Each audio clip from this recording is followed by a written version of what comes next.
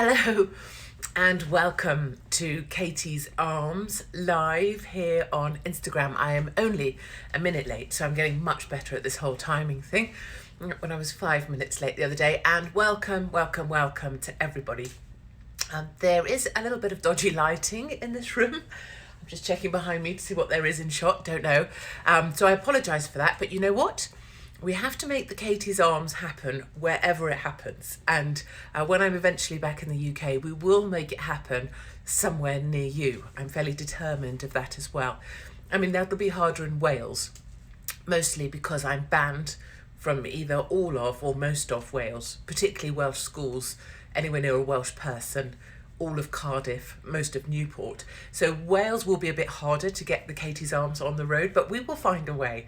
I'm assuming Scotland might not be that excited to see me either, given my comments on the ginger dwarf from the north. However, I'm glad that everybody is enjoying the Katie's Arms. I'm also grateful for everybody that's been writing in, just to say that actually having half an hour of just laughing is doing everybody a world of good, and it's kind of being a bit of a tonic in a time when things are pretty shit, actually. Now, my wine glass today, because I am obviously a celebrity and obviously staying in only exclusive resorts and the smartest hotels, is actually a paper cup. This hotel is having a bit of a nightmare. I'm in Colorado, in America. And this poor hotel, I don't know what happened, but basically COVID happened, everything shut down. And now they've sort of pretended that the hotel is open again. But in fact, nothing really works. Nothing's actually functioning.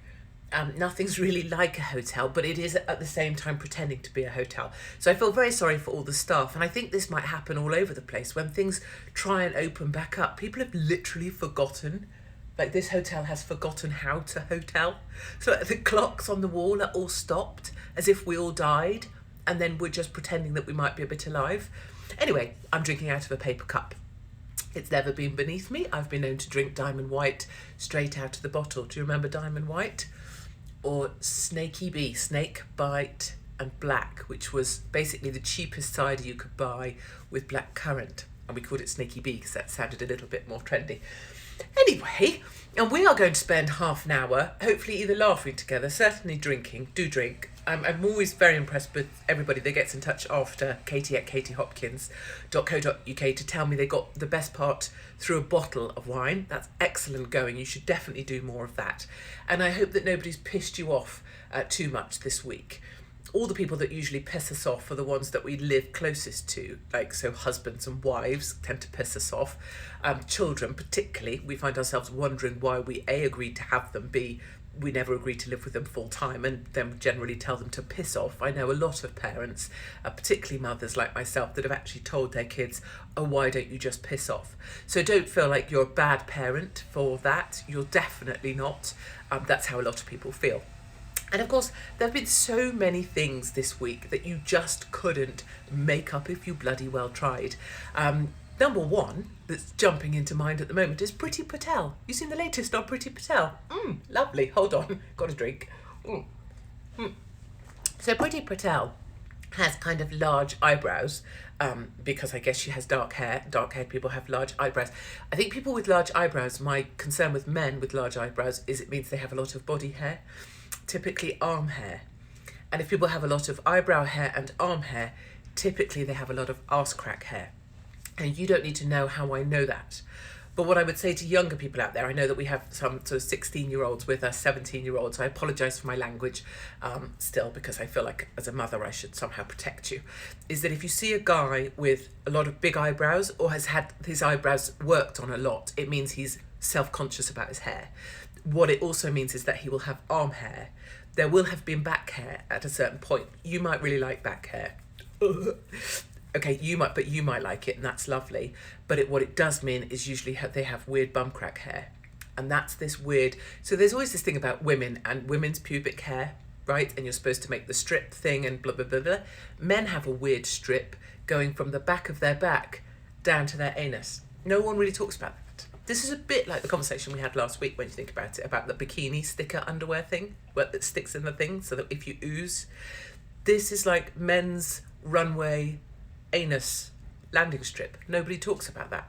I mean, I mean, there's probably a good reason no one talks about it. Maybe it's not very mainstream. Might not be. I mean, Daily Star, where are they? So back to eyebrows. See where we went. And Priti Patel. We are not talking about Priti Patel's anal arsehole landing strip. So that's a different conversation. Clarity. Priti Patel has spent £77,000 of your money, your money, unless you're 12, in which case you shouldn't be listening to me at all. Go and do something else. I don't know what 12-year-olds do these days. I don't know. Hang on street corners and sell drugs. Run county lines. I don't know. Go and do that, darlings. But do not be listening to Auntie Katie, because it's not appropriate. She spent 77,000 bloody pounds of your money on her sodding eyebrows. Now, she might want to have lovely eyebrows. That's fine. Priti Patel, great, have lovely eyebrows.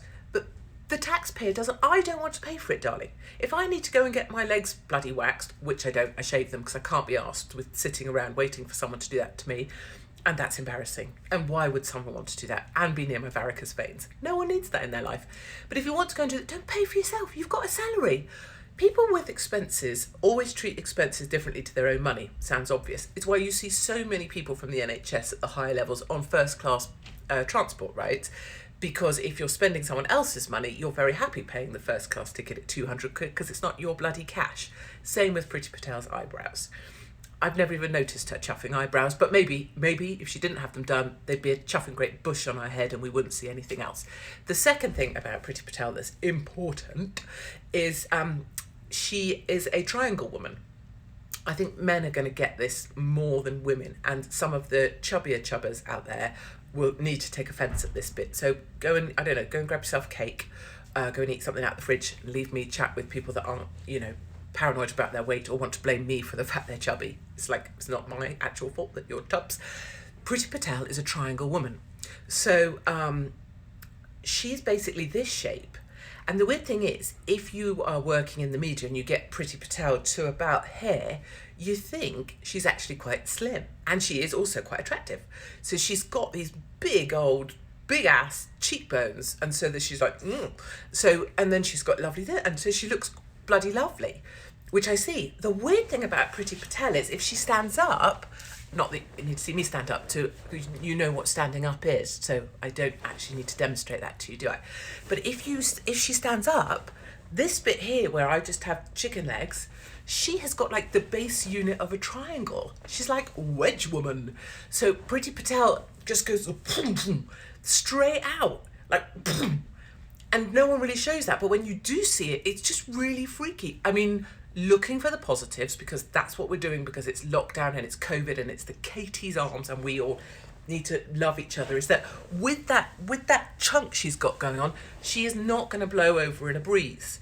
So I guess politically speaking, that's good, isn't it? Robust members of our cabinet shouldn't blow over in a breeze. And bugger me, chunk woman ain't going to blow over in a breeze.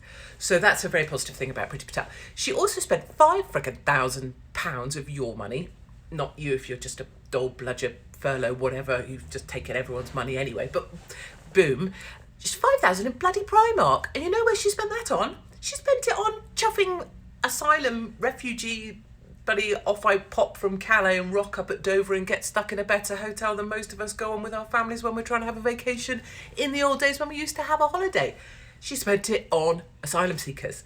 Now, I know asylum seekers pretty well, actually, quite a lot of them. They're going to be well pissed off with that because they don't like that Primark crap. They much prefer the labels and they much prefer the stuff that's a bit more stylish. So I can imagine that they saw the Primark shit and were like, stick that up your arse, love. I don't want a tatty t-shirt that looks like a bag of crap after I've worn it once. The thing that does my tits in about Primark in the old days when we used to have lives and go shopping is those bloody, what do they have? Those brown bloody paper bags, don't they? And you see the women with their strollers, women with children and bugger all to do in their days. And obviously I'm reflecting to a time gone by, a bit like the war years, but the years where we used to have lives before COVID bullshit. Primani bags on the back of strollers, like bulging with crap. And it'd be like, I'm telling you, bird, you don't need any more of that crap that's in that bag. You don't need it. You don't look great in the outfit you're wearing. What you definitely don't need is more shit outfits like the outfit you're wearing, right? I used to just stand in Oxford Street. People won't know I do this shit because they think I'm always walking around like the apprentice, pulling a roller, going, "You're fired," or bam, ba-dum, ba-dum, ba-dum. But anyway, I used to stand outside Primark on Oxford Street and just watch the lunatics with their freaking great big paper bags when it pissed it down raining. If you want entertainment, I swear you don't need a TV, you don't need an iPhone. All you have to do, stand outside Primark in the pissing rain, if it ever opens again. You might even see Priti Patel shopping for asylum seekers. Huh? Triangle woman. So, yes, if it rains, those bags dissolve. They literally dissolve. It is like sugar in coffee. And then all the shit stuff that no one ever needed, but they got carried away because it was only £2.50 for the shit thing they didn't need, dissolves onto the pavement with it. So there you are, little idea for you. What did I want to talk to you about? Oh, look, I even wrote notes. I wrote notes to come to the pub. That's a bit weird. So I've left Mexico is the point.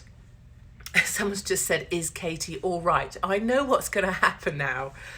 I'm going to have everybody telling me. This happens every single week. Every single week at the Katie's Arms, somebody says, how much did you have to drink? I think you must have had a few tequilas before you came. How many to the Katie's Arms? Not generally came. I think you must have been drunk. I'm not. I haven't had a sippy doodle apart from this sippy in the paper cup that you saw. This is literally what it feels like when you have life coursing through your veins again, when you have stuff going on. I'm going out tonight to do a talk, well, more of this really, in a big venue that's got a bar, 160 tickets are sold. We will sell out the venue, 200 people, and it's just me for 2 hours. Can you imagine the poor bastards? They'll be drinking themselves to death. But this is what life is like when you are awake and you are energized by your life. It's not that I've been drinking, so just to correct that. I haven't been drinking. I haven't had plastic surgery on my lips. What else do people say? Something about my boobs, I can't remember. So I left Mexico, and it turns out the whole time I didn't want to say when I was there because I didn't want to, I don't know, draw any attention to anybody or upset anybody. But in Mexico, I was staying next to a clothing optional resort. And I just want to say to all people who've ever stayed at a clothing optional resort, I bloody love you. I love you. They had a basket inside the door. I mean, not that I'd know, because obviously I wouldn't have gone on to a clothing optional resort or anything. But they had a basket inside the door that you chucked your sodding mask in. And then the rest of the time, you could just walk around with your todger out if you wanted to. And people did. And they had their whole holiday on the beach resort, lovely staff protecting them with their willies out or their boobs out or all your bits out, having a lovely time. I just think, what a great thing at a time of COVID and lockdown and all the bullshit, walk around with your knob out. I will say one thing about some men who go to places where you have your knob out, is there's a lot of men with very small willies. And I didn't know that as much as I realise now. And it's either that men with small willies like to go to clothing optional resorts, or I just happen to focus in on the smaller ones, or men with big willies don't go to clothing optional resorts. I don't know. I just think I would have thought they might hide them. But I love the idea that they're just like, no, it's small and here it is. Boom. Or not boom, more like a boom. Boom. Anyway, I guess my pledge is for everybody. Everybody must go. I want to go. I'm going to talk to lovely Mark about it. Clothing optional resort before I'm 50. And don't give me any of this shit about, you know, oh, you already look 65. Oh, here's a picture of me. Here's a picture of Katie Hopkins. Oh, I'm 8 years older than Katie, and don't I look brilliant in this one picture I carefully selected when I haven't got the media trying to make me be a monster, and that's why I have to look like a haggard old cow. But I definitely think before you die, or even before you're 50, or if you're already 65, darling, do it now, immediately. Book up clothing optional resorts. Get your winky out. Sit there with your vagina hanging over your napkin and just live that life, because that's free. So then I flew here to America, and I broke back in to the land of the free, and currently presided over by the demented old git that is Joe Biden. I don't know if any of you saw him face plant up the stairs. He tried to get into Air Force One on his own without sort of, residential care assistance, and fell up 3 times. I actually don't like watching Joe Biden fall over at all. I don't like it. I don't see comedy in it.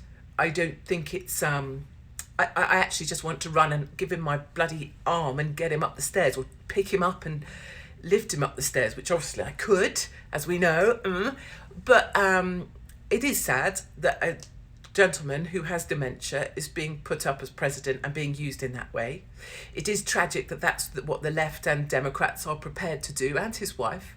If I ever meet Mrs. Biden, and actually Mrs. Biden, if you're here at the Katie's Arms, be careful, love. This isn't a direct threat as so much of a promise that you and I are going to have a conversation, and it's the sort of conversation we're going to be having outside. Because if anyone ever treated anyone that I know, love or care about, or a stranger, or anyone here in the Katie's Arms in that way, and treated someone with dementia with that kind of unkindness, I find it upsetting. I would be dealing with that at a personal level. So I don't enjoy watching Joe Biden. I don't enjoy the press conference where he's obviously struggling as well. And the levels of cruelty it's indicative of the other side, I think. But anyway, I brought it back into America and I started on the Katie Hopkins Live, Laugh, Love tour. I'm here in Colorado. So if you happen to be in Colorado, near Colorado, or can get on a plane, I'm here for 2 weeks. I have 18 dates. Venues were pretty sold out, I think. We're about 250 seats in each venue, and I will see you there and we can properly laugh together, and I promise you will feel better. From here I'm going to go to California and do more of the same. I've actually got 2 nights doing stand-up, so we'll see how that goes. I know everybody says conservatives aren't funny, but I tell you, the left aren't very bloody funny, are they? Is there anybody that actually makes you laugh on TV these days? I mean, probably not. So I'm going to California, and then I'm going to carry on the road, bringing you news and stories and things you won't get to hear because no one gives a shit about anything than easy stories about COVID, because the media are lazy bastards. What I would say about the airport is, in order to get on my plane, it was a bit like getting your weapons out. In terms of, I needed about 18 different bits of paperwork to be able to get on the plane. I needed a PCR test that I bought from a Mexican with an earbud who just gave me a piece of paper that said negative. I'm not sure if there was ever any test involved. I needed a health questionnaire. I needed a passport. I needed a little slip of paper that you get when you enter the country. I needed another visa. I needed 7 bits of paper to get onto my plane. So I'm behind a family of 5. They're going into the security lanes. And so that family of 5, 7535, just check that before everyone goes, no, it's not, you silly cow. 35 bits of paper. And you know what it's like when you are in those lanes going to security. You've got your stroller, you've got your bag, you've got your other handbag, you've got all this crap, and you're trying to find 5 different PCR tests, 5 different passports. Like, they're making it such, I mean, I know we know, and I know in the UK it's £5,000 if you even try and leave the chuffing country, which is a load of bollocks. And Stanley Johnson clause means that if you're a second homeowner, you can still leave the country because it's all right if you're one of the elite. It's just not all right if you're one of us plebs. But yeah, they're just making it so bloody hard, and I think they're doing it on purpose to try and make people feel, like it's not worth the effort. Well, it is worth the effort. And as soon as you can travel, my darlings, please, please, please make sure you do. I would say as well about when you get on the aircraft now, air stewardesses, and I'm directing this specifically at American air stewardesses, have become lazy bastards. Lazy bastard airline stewardesses and stewards. They know very well they don't have to do shit for you anymore, and they are going to make sure they don't do shit for you, not at any point. They sit at the back of the wagon, they have their little phone out playing this shitty little game where you have to spot the numbers of apples and pears or strawberries. I don't know what intellect that suggests they don't have. And they say, due to COVID, there's going to be a restricted service. And by restricted service, they mean piss all. There is going to be piss all that they are going to give you. And in some services, like Southwest, I think, or was it Delta, they come down, water and a snack. Water, snack, and I feel like saying stick the water up your ass, but water, snack, it's like, potato gruel, would you like some gruel, some watered down soup? No, piss off, I want a gin and tonic and 2 chocolate bars. So that's what they're doing. It's like it's like purgatory. They're just like, let's make you more miserable than you have to be. And then they start this shit, and you'll see it, that they do with, they put the fasten seatbelt signs on earlier than they ever used to as well. So like, you're at least another 3 hours to go, and they're all due to COVID, we're going to put the seatbelt signs on now, so that you can't get up, you can't have a piss, and you can't possibly chat to someone else or have a laugh or find someone else that thinks this is a load of old shit.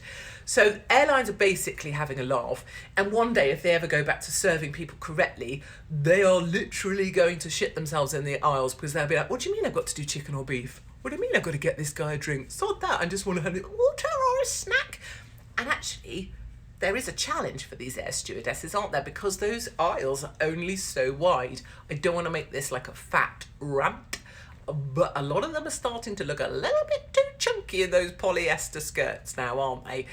I think maybe working on flights is actually quite good for you, getting your steps in. I'd like to, maybe that's the thing. Maybe I could speak to Michael O'Leary. If I was able to, is it Michael O'Leary or is that Dermot and I've muddled it? Quick, let's ask someone.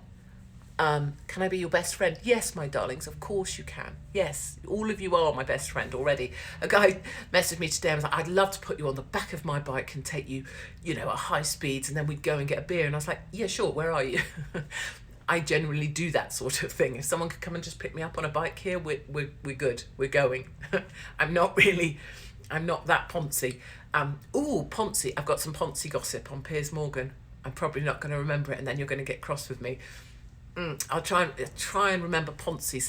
So O'Leary, Michael, someone just said I smell of cabbage. Like, clearly a fat person, a young person with nothing much to do. You'll be laughing now because I've read it out. I don't smell of cabbage. I mean, maybe I do sometimes. But frankly, if I want to smell of cabbage, I smell of cabbage. If you don't like the smell of cabbage, you own your shit and piss off. In fact, if you're here on Katie's Arms and you've only got shit things to say, also piss off.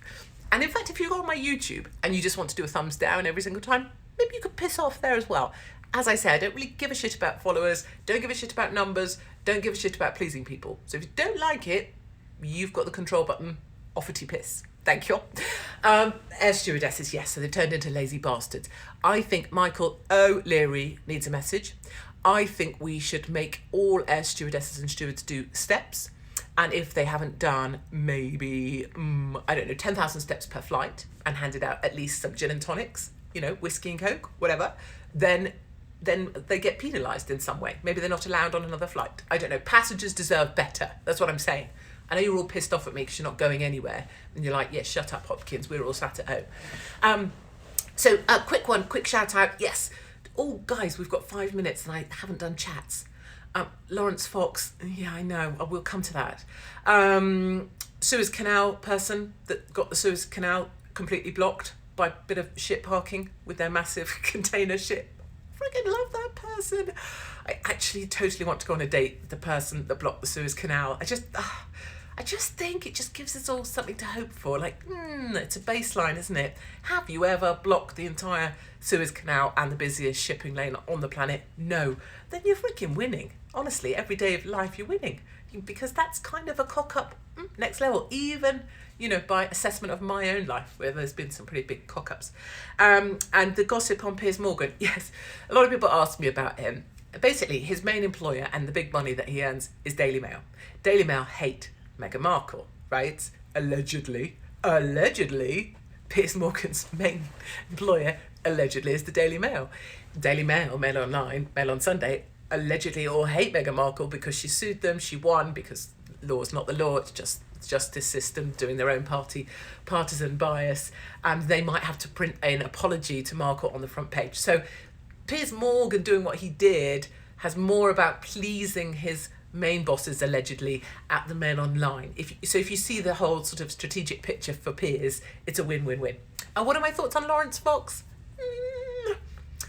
Away outside the Katie's Arms, my darlings, when we leave the pub, he's a great guy, he's fighting for freedom, he's on our team. That's marvellous. Well done, Lawrence Fox. Okay, so that's outside. Inside here, in the circle of trust, inside Fight Club, Lawrence Fox, there's a sort of, look, it's a cycle, it's like the circle of grief or the stages of grief. There's stages of grief, but there are stages of ego. You go on Question Time, you say some shit no one else will say. everybody tweets you going, oh yeah, Loza, woo, freedom fighter, yeah, Lawrence Fox, he's our guy, woo. And then you believe that everybody loves you, so you stand as some sort of elected official because you think you've got support. You don't realise that actually Twitter support is different to support in real life. Most people with a brain actually aren't on Twitter and don't give a toss about you. And then you realise, oh shit me, I lost all my jobs, all my everything, and I'm not going to get elected. Oh, this is a bit shit. So he's got some phases to go through. He's still like, to me, he's like a little baby. You know, he's still in his early phases. Don't mean it in a patronising way. And also, I suppose, because he comes from the London elite, you know, he's had a sort of softening because he's got a wealthy family, So, you know, Lawrence Fox outside of the Katie's Arms are absolutely brilliant. You've even got freedom tattooed on your hand. That's like, oh, yes, you must have really done something. I suppose being on Twitter a lot, is that doing something? I don't know that it is. But it's all good. I would love to get in a room with Lawrence Fox, not in a sexual way at all. I think he's far too skinny and his head is a weird shape for his body, and also the dimensions are all wrong, aren't they? But I would like to get in a room with him. He wouldn't come anywhere near me, of course, because he'd be scared that he'd be tainted with the racist Islamophobe disease that I have, and it would catch, and then he wouldn't be able to get booked for anything ever again. But I don't think he is going to get booked for anything ever again. Anyway, right, we have 3 minutes left. Who do I support for London Mayor? It's hard, isn't it? Because what we need for London Mayor is a unified team, and on that, one candidate that represents freedom, anti-lockdown, anti-COVID bollocks, anti-Tory twatness, brings together people who are vegans, who are from the left, from the right, who just want people to live their lives the best they can. We need that team and one candidate. What have we got instead? A load of boys who want to get their willies out. You've got Brian, London Real, you've got Lawrence Fox, you've got... We've talked about it before. There's just too many egos, not enough team, and so our side can never win, which means the nipple height Muslim mayor will get back in. And that will be our own. We will have defeated ourselves through 1,000 cuts. And it's so frustrating. I want to get the boys by their willies and slam them together. I mean, even better, get behind me, I'll run, they can all shut up and I'll sort that shit out in about 2.4 seconds. That's not going to happen. As a 14-year-old, I'm worried for my future, and this is a much more serious point, is I've got a whole load of young people messaging me, and thank you for being here, lovely you, and thank you to all the sort of 12, 13, 14, 15-year-olds who are in touch all the time to say, they agree with quite a lot of the stuff I say, actually. They can't tell anyone at school because they'll get beaten up. They can't tell their teacher because they'll get told they're wrong and get marked a D grade. And they can't say anything. So they're really trapped. They're trapped with their views. They're trapped by lockdown, trapped by friggin' testing, trapped.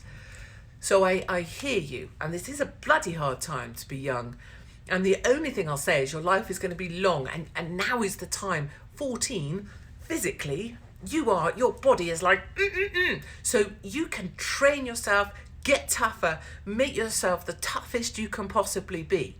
And I think if you think about yourself in 3 blocks, strength, endurance, prevailing. You need to be strong in order to endure, in order to prevail. So like if someone's going to come at me and stab me 50 times, I need to be strong enough to do that. I need to endure being stabbed 50 times, and then I will prevail. You can tell I'm actually prevail. This is a real life scenario we've walked through, me and a few people. So strength, endurance, you will prevail. So if you're at all wondering what the hell to do, shit me, I don't know what to do. I'm 14. This is awful.